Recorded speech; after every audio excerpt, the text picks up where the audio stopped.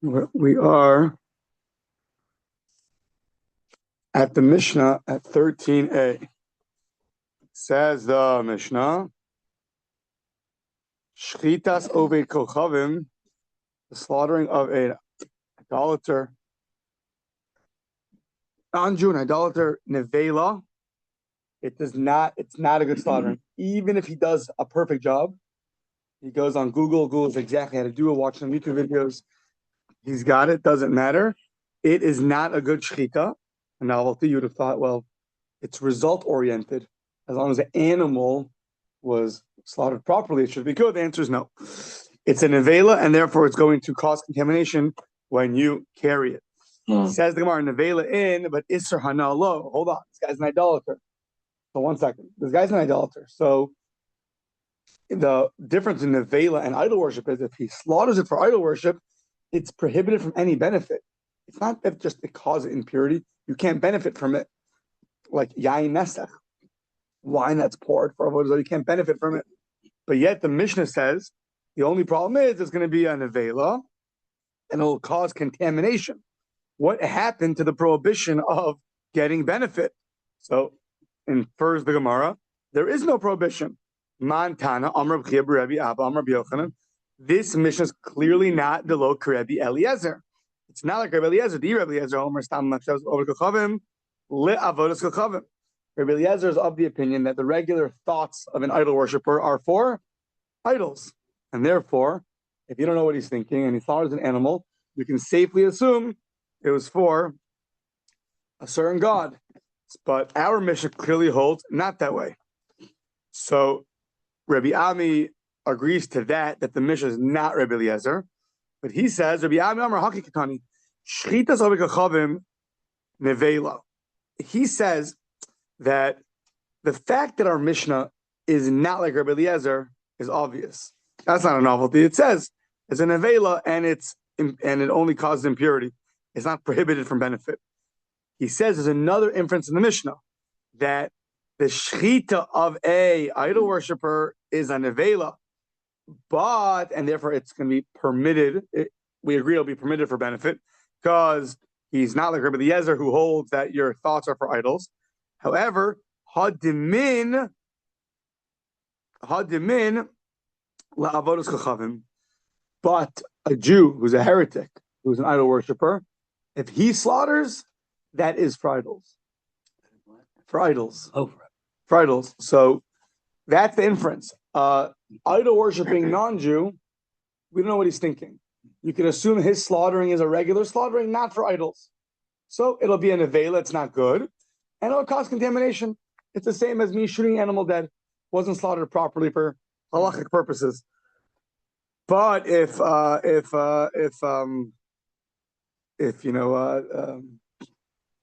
Shimmy goes and becomes an idol worshiper and he slaughters it, then that is for idols, we assume, and that'll be prohibited from benefit.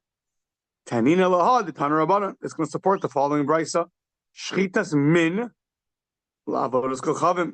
The slaughtering of a heretic is for, we assume it's for idols. So pito, that person's bread, is considered paskuti, considered the bread of a non-Jew. No, it's a Jew. It's considered the bread of a non-Jew. Yeno yain nesach. His wine becomes yain nesach, wine that's prohibited from benefit, because it's somebody who pours wine for idol worship. His sfarav are sifrei kusmin, his books, but in their times it means their scrolls, are scrolls of sorcerers. And peiros of tavlin, his fruits, you can assume are tevel, meaning they never were, truma and meiser were never taken off from them. Here you see that the Bryce is talking about a Jew, because by a non-Jew there's no tevel or truma. By a Jew there is. So peiros of tavlin, the yesh omrim, and some say, there's going to be two opinions now, af banav mamzer, next page, even his children are mamzerin. Mamzerin is a child from an illicit marriage. Marriage that's not allowed. 5 opinions exactly what level of not allowed. The one is only kares. That's one, and the most extreme, which we don't like, is any single man and single woman have a child. Their child is a mamzer. We don't hold of that, but there are 5 opinions I believe about it. Now, Ban of Mamzerin, why? Because a heretic, he's not strict with his wife. His wife, someone else, no. So his children are Mamzerin. The Tanakama, the first opinion that mentioned other things, it didn't mention that the fact that his children are Mamzerin. That was a yesh omer. That was a some say in a brisa. So why do some not say this? That's because ishto lamafkir. Even our Shimi, who became an idol worshiper. So, but even him, he sticks to one wife. He doesn't go in and cheat on her, and therefore his children will not be mamzerim. The bread of the kutins will not be eaten. Did we say? And what did we say about the kutins with regard to? Yeah, they accepted them at some point. There was two opinions if they're converts or not, but it ended up being that I think we said that we don't accept their slaughtering because they ended up rejecting parts of the old Torah, and then we ended up treating them like total non-Jews, I believe. Okay. It was there. It gives them the whole history. Mm-hmm. Amar Mar. Let's go back. Shritas ove kochavim nevela. The slaughtering of an idol worshiper is just a nevela. It's just like a carcass, the same as us shooting an animal, even though he did everything according to the book, but he's an idol worshiper, and therefore it's invalid. So says the Gemara, 1 second. V'nechush shema minhu. 1 second. Maybe this idol worshiper. So you know he's an idol worshiper. So how come you don't assume that he's an idol worshiper who's right now worshiping idols? Why do you assume he's an idol worshiper who's just slaughtering just to eat meat? Maybe he's right now doing idol worship. No, fair assumption. Yeah. Okay. Jules agrees. So Amar of Nachman, Amar Rabba Baravua, very interesting. Ein minin beumas over the kochavim.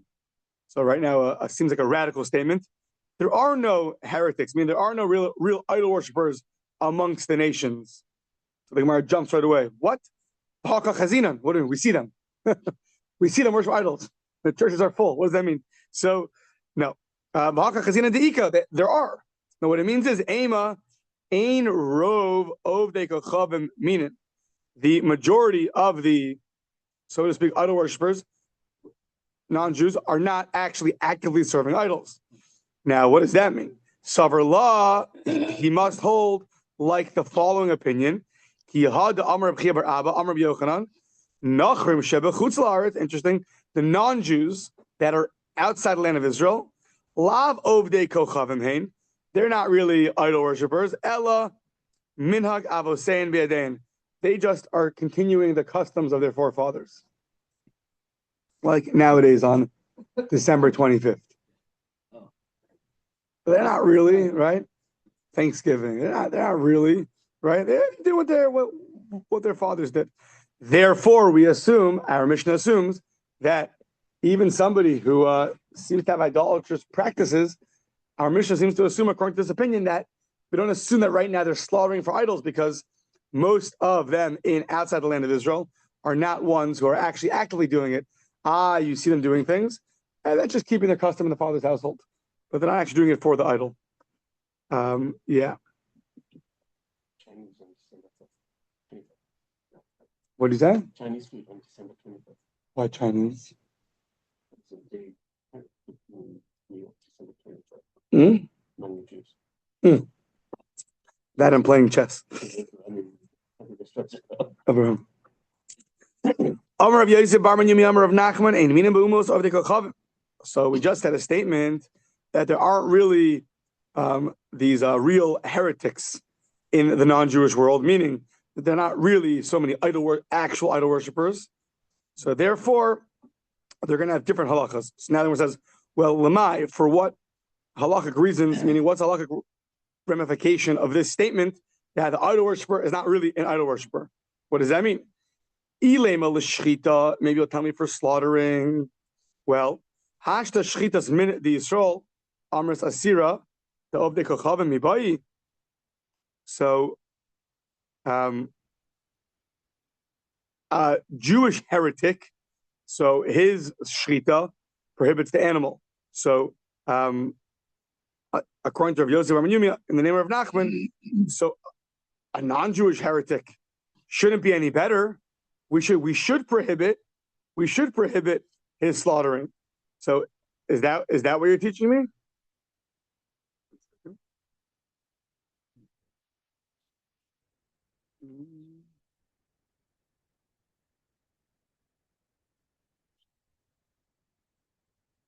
Right. So according to him, a non-Jew slaughtering the idol worshiper would be prohibited, right? Not like our Mishnah.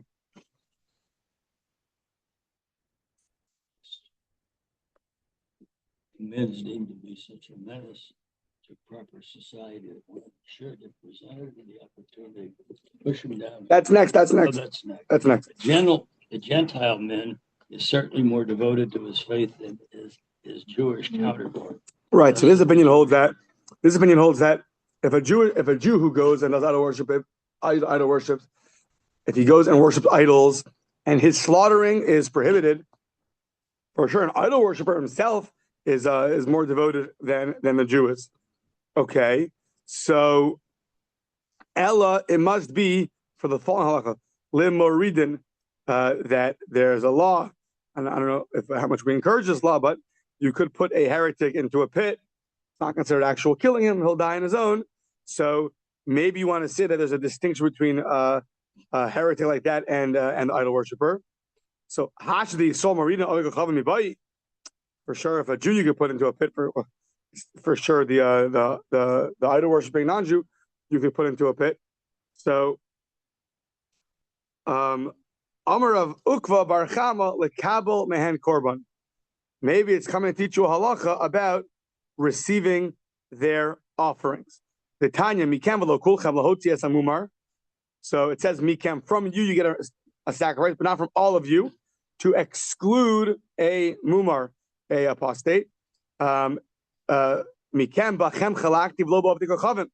I chose from you and not from the idol worshiper. Oh, so it sounds like you're not going to accept idol worshippers. On the one hand, the Jew that's you won't accept the idol worshippers offering, while you will accept. Sounds like you will accept the Jew who's a heretic. You will accept his offering, which is interesting because we rejected the apostate, right? But now what? We're going to accept the Jew who's an idol worshiper.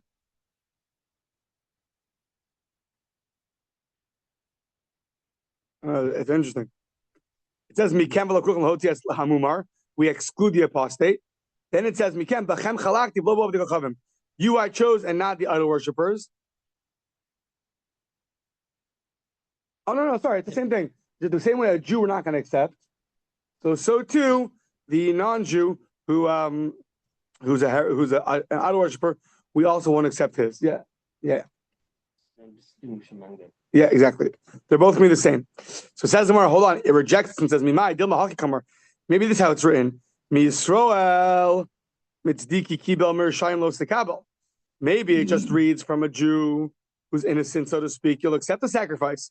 From a Jew who's wicked, you won't accept. But from the aval me'ovdei kochavim, maybe the idol worshippers, even the ones that are not so devoted to their idols, klalu klalo, you'll never accept. Nope. Lo sakadaitak, don't say that. The tanya ish matam lamar ishish l'rabos ovdei kochavim shenodrim nedarim unedavos kiyisrael. That there's explicitly the Brisa says that we do accept a non-Jew's offering. We accept they can give their donation just like a Jew could. However, the one who's committed to idol worship, his we're not going to accept. So for that, this law was taught that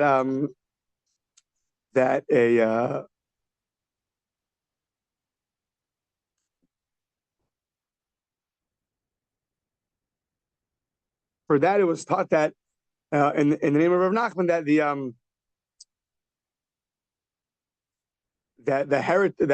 non-Jewish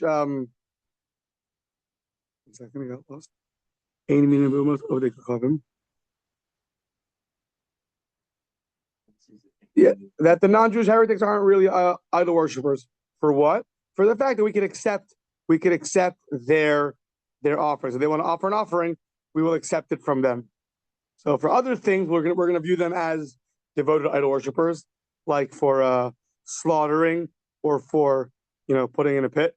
But for accepting offerings, that we say that we could accept them. Yeah, exactly right. Yeah. Yeah. Okay.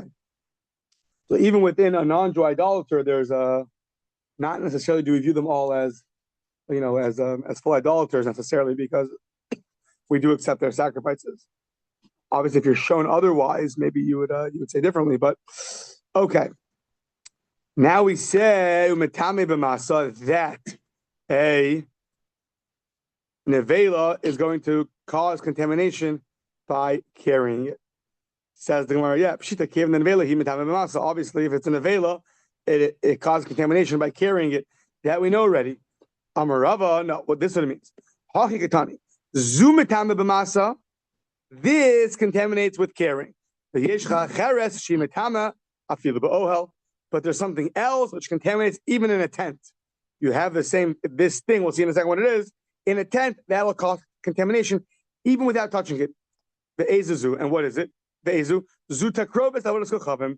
If you slaughter something to an idol, so that can be much more stringent than a nevela, that will cause contamination even without touching it. And it's like the opinion of Rabbi Dovid Gleizer, which we'll see in a second.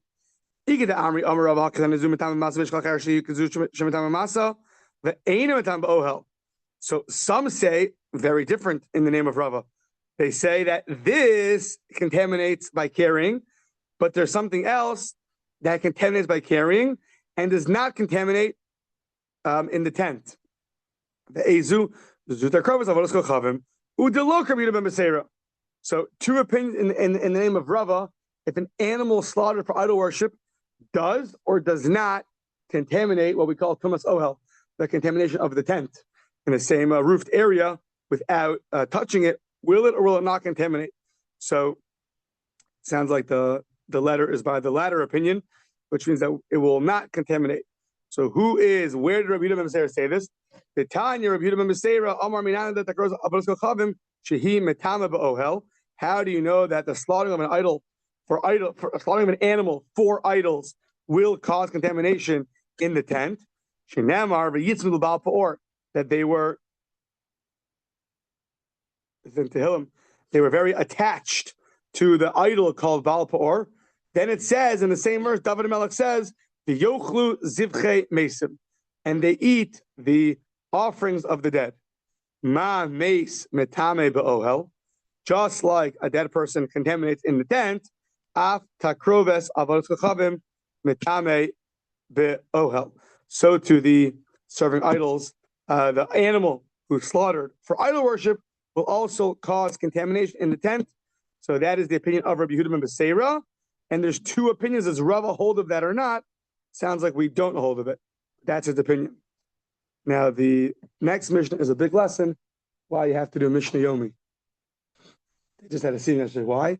Because Steve asked me yesterday, "What about a blind person slaughtering?" And I sat here contemplating. Yeah, no. The next Mishnah is explicit about it. Yeah, which reminded me of a story that someone asked Rav Elyashiv a question, a brilliant question. We actually told him, the question is brilliant. It's really a brilliant question, fantastic question. Just one problem. He said, what? It's just against an explicit Mishnah later on in the tractate. So this is a good lesson for me. Hashochet b'layla, one who slaughters at nighttime, v'chein hasuma, and the blind person. Sheshachat, who slaughters shchitasok sheira. Yeah, okay, so I assume this also, but it's explicit, literally half a daf later. So the slaughtering at nighttime is good, and the blind person who slaughters, his slaughtering is good as well. It's interesting to think of why it wouldn't be good. That's interesting. What about a blind person slaughtering? Is we're worried he might wait too long, or we're like, what would if he knows what he's doing, and he knows what he's doing, no? Mm-hmm. So let's see. Maybe the same novelty of why a slaughtering at nighttime is good. Whatever that novelty is will be the same for the blind person. Mm-hmm. There's a commonality between them. Hashochet, it sounds like one who slaughters. Sounds like the chatchila got to hire someone else. Hashad yavid and the chatchila lo. Don't give it to him ideally. It's just saying if he does it, you can have your dinner. Hashochet yavid in lechatchila lo. V'raminhi, we have a contradiction. La'olam shochtit bein bayom ubein balayla. It sounds like even ideally, you could slaughter in the daytime, you could slaughter in the nighttime. Bein barosh hagag. Maybe don't try this at home, but on the roof of your house, we'll see what the novelty is. Or bein barosh hasfina, or on the roof of the boat. I don't know if it means the roof of the boat or if it just means on the boat, but it calls it the roof of the boat. Because we'll see the explanation. It shouldn't matter. Oh, maybe. Because the roof of the boat, the blood will drip down into the water. On the boat itself, the blood will drip onto the boat. Okay, maybe. So, okay, so now the reason why you would have thought that you cannot slaughter is because it says later on in the Mishnah that Rashi brings, you shouldn't slaughter by the water or by the rivers, because people are going to think, who are you slaughtering to? The angel, the one in charge of the water. You're the one in charge of the... Yeah. By the way, you were wondering or assuming that story with Pinchas ben Yair crossing the river, splitting the river, right? Man, it was just a gadita, right? He said it was more of a Gaddic teaching. And I was saying, no, it really happened. It really happened. So presumably you were bothered by the fact that the river was talking to him. That probably threw you off. So it threw my daughter off too. She wondered, how could it talk to him? So Tosas, I looked up, Tosas says two answers. One, it was the angel in charge of the river. Oh. And then some say that's why he mentioned the river by name, because by calling the name, it awakens the angel, the minister of the river. Interesting. And the second answer, Tosas, was he wasn't talking to it. It was a conversation in his head that was happening. This is what he understood the river, right? It was all in the, but it's interesting. Yeah. So I don't know if it helps you or not, but it helped Shira. So I came. I'm like, you got to hear the story. So Shomer, I read it already. Okay, relax. Let me say it. So anyways, you shouldn't slaughter by the rivers because you're gonna. It looks like you're slaughtering to the god of the rivers, and so you shouldn't do that. And but on the boat or on the roof, that's fine. We're not worried that on the roof, in general, you shouldn't slaughter to the sun or the moon, right? That would look like you're worshiping them. So, but on the roof or on the boat, so people are not going to assume that you're doing this. So it's fine. And or if let's say you're slaughtering into a vessel. So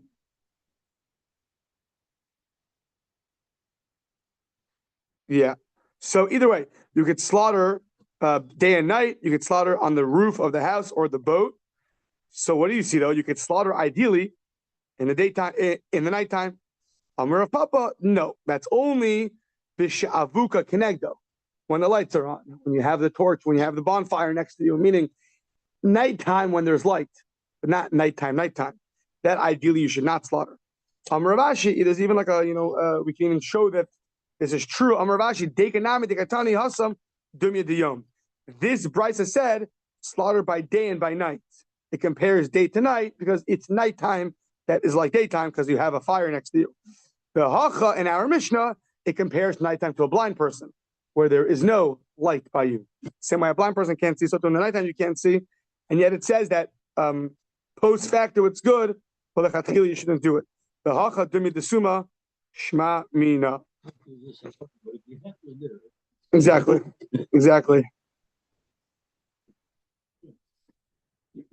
One second.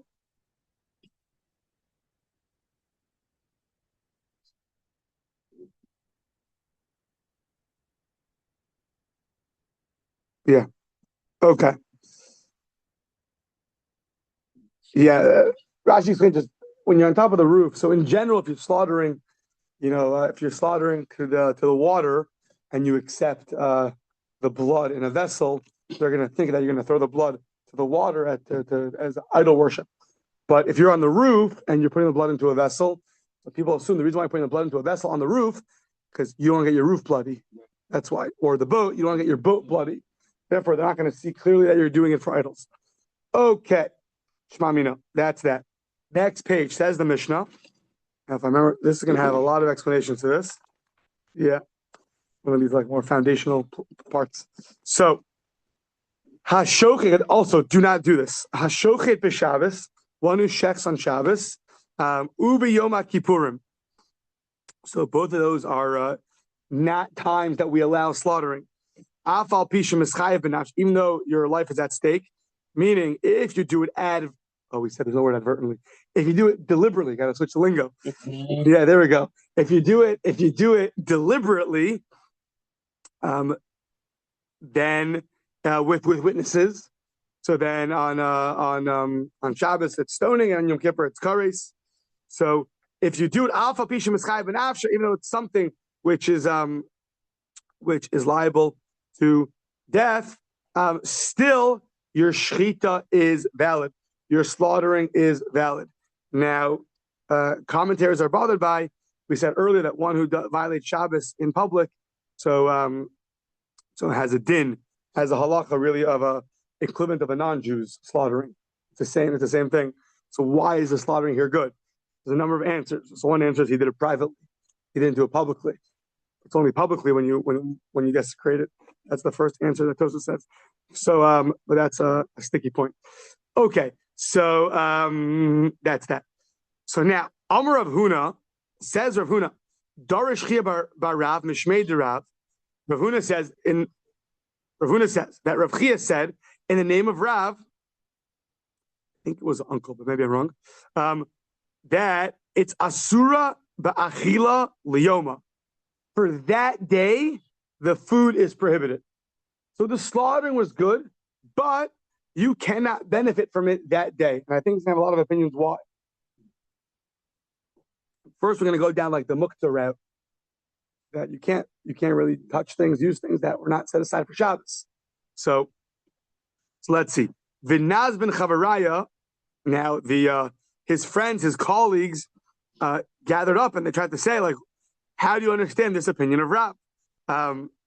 It must be, the first opinion is, it must be that Rav said it's prohibited to benefit from because Lemeimar Rabbi Yehuda, he holds like Rabbi Yehuda. They don't explain which Rabbi Yehuda, who Rabbi Yehuda. So now the Gemara figures out, well, what's like, which Rabbi Yehuda? So, hey, Rabbi Yehuda. So the first thought is, maybe it's Rabbi Yehuda who has an opinion about muktzah. Maybe it's that Rabbi Yehuda. Hey, Rabbi Yehuda. Rabbi Yehuda de Hachana. It's the Rabbi Yehuda of the opinion of preparation.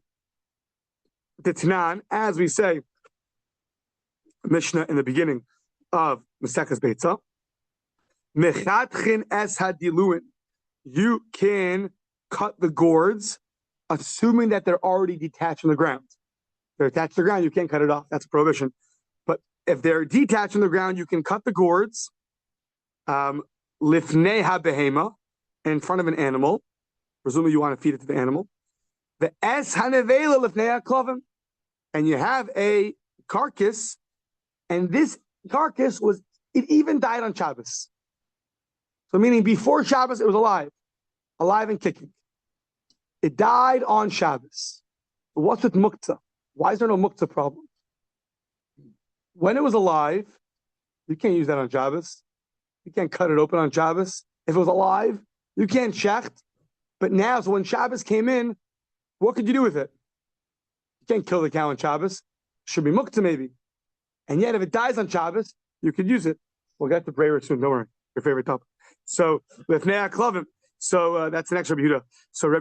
So Rabbi Yehuda Omer, im lo haisa nevela me'erev Shabbos asura. Rabbi Yehuda stringent. He says no. If it was not a nevela before Shabbos, meaning if it was alive before Shabbos, you can't, and it dies on Shabbos, you cannot cut it. It was only if it was dead before Shabbos, then it's fitting to be cut And therefore you can cut it on Shabbos itself. It's not prepared. It's muktzah. The word muchan and muktzah are exact opposites. Muchan, that it's prepared for Shabbos. Muktzah, the word muktzah means it's set aside.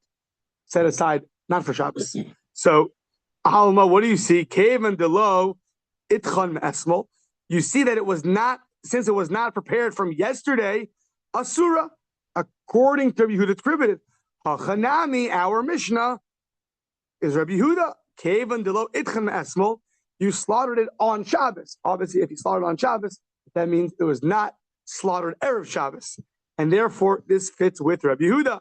Kevan delo itchan esmol asura. Then it is prohibited. And then that would be the opinion, this Rav who was stringent, is the opinion of Rabbi Yehuda, and all is good. Amar le Abaye, hold on one second. It's not similar. Mi dami, Hassam over there in the Tractate Beitza, what happened? Mi ikara muchan la'adam. Over there, it was fit for a person. When it was alive,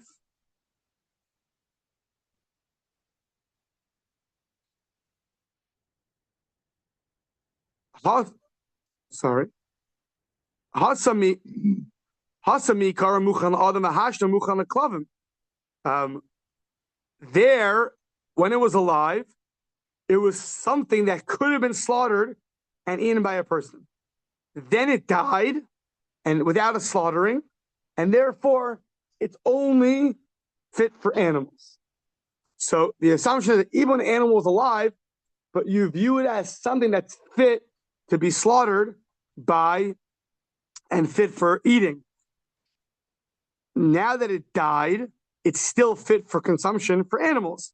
So it was always prepared. The novelty is that on Erev Shabbos, a live animal, you don't view it as muktzah, we're saying now. You view it as something which is readily available to be slaughtered and eaten by a human. Even though when Shabbos comes in, you can't do that. But the moment before Shabbos came in, you could have slaughtered it and eaten it for a human. Then Shabbos came in, it died. Now it's fit for animals. So it was never set aside. In our case, though, in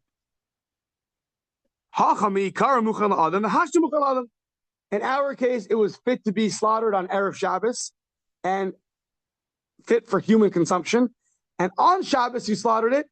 It's also fit for human consumption. So just because Rabbi Yehuda is stringent when something was permitted for a human and now it's permitted for an animal, that goes down a notch. But by our case, it was permitted for a human before Shabbos. And on Shabbos, now that you shechted it, it's still permitted for a human. So when was it prohibited? When was it set aside not for human consumption? And you could have learned that the second Shabbos comes in and you can't slaughter it. So at that point, it's prohibited. It's not ready for human consumption. But for some reason, we're saying not that way, according to Rabbi Yehuda. So, okay. So therefore, our case should be more lenient because on Shabbos, we shechted it. Not that it died. When it died, it's only fit for animals now. So it wasn't as set aside for humans, like our Mishnah says, that it was shechted on Shabbos and even a person could eat it. So, yeah. So now, says the Gemara, the hashta muchan la'adam. Meikar muchan v'hash muchan la'adam. Says the Gemara, it's going to ask on this assumption that a live animal is considered not muksa, that it's because it could be slaughtered by and eaten and have human consumption. Says the Gemara, mi savers behema b'chayeha la'achila omedes. You're viewing an animal when it's alive that it's something which potentially could be eaten by a human. It serves another role.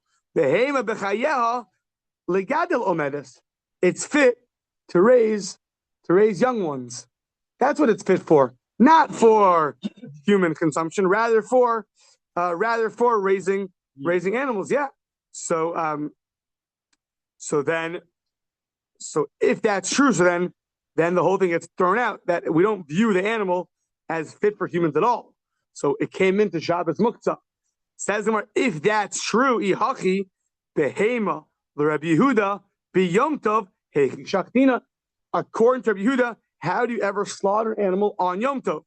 It's something which was never fit for human consumption, because really you look at the animal as fit for raising children, whatever it is. Your what's it called? Breeding. Breeding, yeah, breeding. Thank you. It's really there for breeding. You have an animal that you sell. You sell all your eggs. That's your business. The chicken you view as breeding, not for eating. So, but then how do you ever check an animal on Yom Tov? Amar lo, it really serves both purposes. Omedes le'achila, v'omedes le'gadel. Now, nishchata, now that you slaughtered it, here you go, Steve, just for you. Huvera, you did breira, you showed. Whenever you have two things, it could be one of two things, and you don't know which one. Well, once you chose one, you show what it was meant for originally. I don't know what you want to do with this animal. You want to breed it, or you want to slaughter for eating? I don't know. You can do both. Once you slaughtered it, you showed me that's what you wanted to do. Now I know what you wanted. So nishchata huvra de lachilo medes. Lo nishchata, if you don't slaughter it, huvra legadelo medes. So then it shows us that you wanted to breed it and not to slaughter it. So right now we're staying strong that this animal is fit for both, and therefore when Rabbi Yehuda slaughters it, you see it was always meant for slaughtering, and therefore it was not muktzah before Shabbos, and now that you slaughtered it, it's still fit for human consumption, and therefore it should be permitted and not prohibited. But this is based on the assumption that Rabbi Yehuda holds of breira. The question is, does Rabbi Yehuda hold of this concept called breira? Breira means to choose. But that, right, we know on Shabbos it's the same thing. Borer is to sift out the good from the bad. So the bad from the good. So who says that Rabbi Yehuda holds of this concept? Says the Gemara, Rabbi Yehuda breira. Rabbi Yehuda does not hold of breira. And now we're going to go through like Shas to figure out where do we see that he doesn't hold of breira. So we'll do the first one. So Midatanya from the following brisa. You take wine from your Samaritans, from your kutim, kutim, and you have to. We assume that they did not take off tithes from their wine, so you have to do it. So what do you say? But you want to drink it right now. You don't want to wait till you take it off. So what do you say? You say, listen, this bottle of wine over here, this barrel of wine, Omer, shnei lugin shani osil lahafresh harei and truma. The 2 lugin that I will, meaning it has 100 lugin, you're taking off average 1/50th for truma. You say in the future that I will take off, those will be truma. Asara, 10 portions will be meiser rishon. Then 9 will be meiser sheni, and the 9 will be meiser sheni. And therefore, umeichel v'shosem miyad divrei Reb Meir. Reb Meir says you can go right now and drink it, since you already took off. Meaning, we'll find out later which one it is. So even though right now it could be any one of the portions in the barrel, you don't know which is the lucky 1/50th. You don't know. But because of breira, it's fine. Divrei Reb Meir, you'll choose later and we'll know retroactively the one that you're drinking is not the one that you separated. The one that you separated is not the one that you're drinking, and therefore you can drink it right now. So Rabbi Yehuda, Rabbi Yosef, Rabbi Shimon, Osrin, they all disagree. Oh, why? Because they don't hold of breira. So here you see Rabbi Yehuda is one of the ones that doesn't hold of breira, and therefore your suggestion is out the window. Says the Gemara, no, it's not true. Hassam, there's a reason why they argue. Next page. Kidikatani taima. Amru lo Reb Meir iatamode sham yivaka hanut. V'ninta shoset tvalim. L'mafreya. Before you had a chance to take off tithes, what if the barrel breaks and it all spills out? And now you ended up drinking tevel, things that were never tithed. You were going to take off a tithe. You said on your Google Calendar that at 4 p.m. today, I'm going to take off the tithes. The problem was, there's a debate now. Are you or are you not worried that before 4 p.m. it's going to break? That's the debate. No one really necessarily. Maybe Rabbi Yehuda will hold of breira. He agrees to breira. But there's another concern here. Maybe the barrel will break. And if the barrel breaks, you never had a chance to take off your tithes. And therefore, what you drank was prohibited. So really the debate is not breira. The debate is, are you worried about a future breaking of the barrel or not? If you're not worried, so breira, drink now, separate later. If you are worried for it, then even though you hold a breira, but you cannot drink now, since before your separation opportunity came, the barrel might break. Oh, this morning.